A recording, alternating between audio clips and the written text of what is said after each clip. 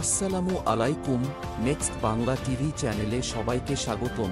প্রথমে জানাচ্ছি সংবাদ শিরোনাম, এরপর জানাবো বিস্তারিত। সার্ক প্রশ্নে বাংলাদেশকে সন্ত্রাসবাদ নিয়ে সতর্ক করেছে ভারত। ঝিনাইদহে গুলিবিদ্ধ ৩ জনের লাশ উদ্ধার। খিলগাঁও তালতলা মার্কেটের পাশে ভয়াবহ আগুন, জানা গেল আগুন লাগার মূল কারণ।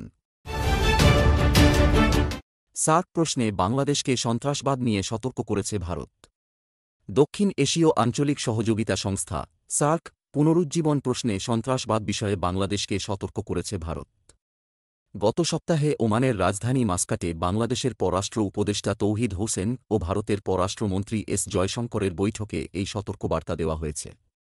গতকাল শুক্রবার নয়াদিল্লিতে ভারতের পররাষ্ট্র মন্ত্রণালয়ের সাপ্তাহিক ব্রিফিংয়ে মন্ত্রণালয়ের মুখপাত্র রণধীর জয়সওয়াল এ তথ্য জানিয়েছেন। ব্রিফিংয়ে এক সাংবাদিকের প্রশ্নের জবাবে জয়সওয়াল বলেন, মাস্কাটে ওই বৈঠকে বাংলাদেশের পররাষ্ট্র উপদেষ্টা সার্ক পুনরুজ্জীবনের প্রসঙ্গটি তুলেছিলেন। দক্ষিণ এশিয়ার সবাই জানে কোন দেশ ও তার কী ধরনের কর্মকাণ্ড সার্ককে কোন ঠাসা করে রেখেছে। তৌহিদ হোসেনকে জয়শঙ্কর এ কথাও বলেছেন, সন্ত্রাসবাদের স্বাভাবিকীকরণ করাটা বাংলাদেশের উচিত নয়। ২০১৬ সালের সেপ্টেম্বরে জম্মু কাশ্মীরের উরিতে ভারতীয় সেনাবাহিনীর শিবিরে সন্ত্রাসবাদী হামলার পর থেকে সার্ক সম্মেলন গতি হারায়। ওই হামলার দায় পাকিস্তানের ওপর চাপিয়ে ভারত তখন বলেছিল, সন্ত্রাসবাদ ও আলোচনা একসঙ্গে চলতে পারে না। আজকের ব্রিফিংয়ে বাংলাদেশের কোনো উপদেষ্টার কিছু মন্তব্য নিয়েও প্রশ্ন করা হয়।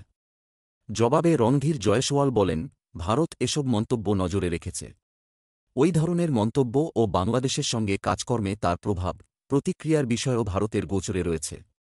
জয়সওয়াল বলেন, এ ধরনের মন্তব্য অবশ্যই সহায়ক নয়। এর প্রতিক্রিয়া কী তা তাঁদেরই ভেবে দেখা দরকার। ঝিনাইদহের শৈলকুপায় গুলি করে হত্যা করা ৩ জনের লাশ উদ্ধার করেছে পুলিশ। শুক্রবার রাত ১২টার দিকে উপজেলার রামচন্দ্রপুর এলাকা থেকে তাদের লাশ উদ্ধার করা হয় বলে জানিয়েছেন শৈলকুপা থানার ওসি মাসুম খান। ওসি মাসুম জানান, রাত ৮টার দিকে স্থানীয় শ্মশানঘাট এলাকায় গোলাগুলির শব্দ শুনতে পান স্থানীয়রা। পরে খবর পেয়ে পুলিশ ঘটনাস্থলে পৌঁছে ৩ জনের লাশ উদ্ধার করে। এছাড়া ঘটনাস্থল থেকে ২টি মোটরসাইকেলও উদ্ধার করা হয়। ওসি জানান, নিহতদের মধ্যে একজন পাশের হরিণাকুণ্ডু উপজেলার বাসিন্দা হানিফ বলে প্রাথমিকভাবে জানা গেছে। তিনি চরমপন্থী সংগঠন পূর্ব বাংলার কমিউনিস্ট পার্টির নেতা ছিলেন। আরেকজনের নাম লিটন, তিনি হানিফের শ্যালক। অপরজনের পরিচয় এখনও জানা যায়নি। ২ ঘণ্টার চেষ্টায় রাজধানীর খিলগাঁও তালতলা মার্কেট সংলগ্ন গ্যারেজ ও ছমিলে লাগা আগুন নিয়ন্ত্রণে এসেছে। শুক্রবার ২১শে ফেব্রুয়ারি রাত ৯:৩০টার দিকে আগুন নিয়ন্ত্রণে আসে। আগুন নিয়ন্ত্রণে কাজ করে ফায়ার সার্ভিসের ১০টি ইউনিট।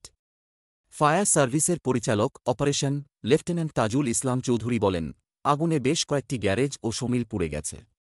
গাড়ির গ্যারেজে বিস্ফোরণের কারণে আগুন দ্রুত ছড়িয়ে পড়ে। সেখানে সিলিন্ডার থাকার কারণে এখনও ঝুঁকি রয়ে গেছে।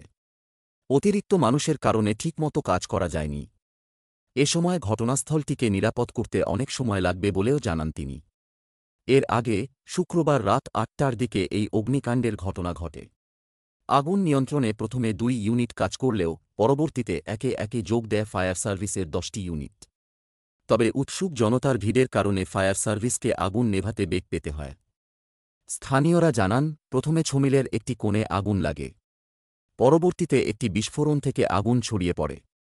ক্ষতিগ্রস্ত ব্যবসায়ীরা জানান, ওই এলাকায় একটি গাড়ির গ্যারেজ, রাবারের কাঁচামালের গোডাউন রয়েছে।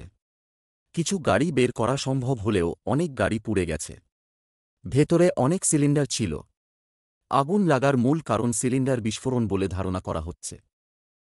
প্রতিনিয়ত নতুন আপডেট পেতে আমাদের নেক্সট বাংলা টিভি চ্যানেলটি সাবস্ক্রাইব করে সাথেই থাকুন। ধন্যবাদ।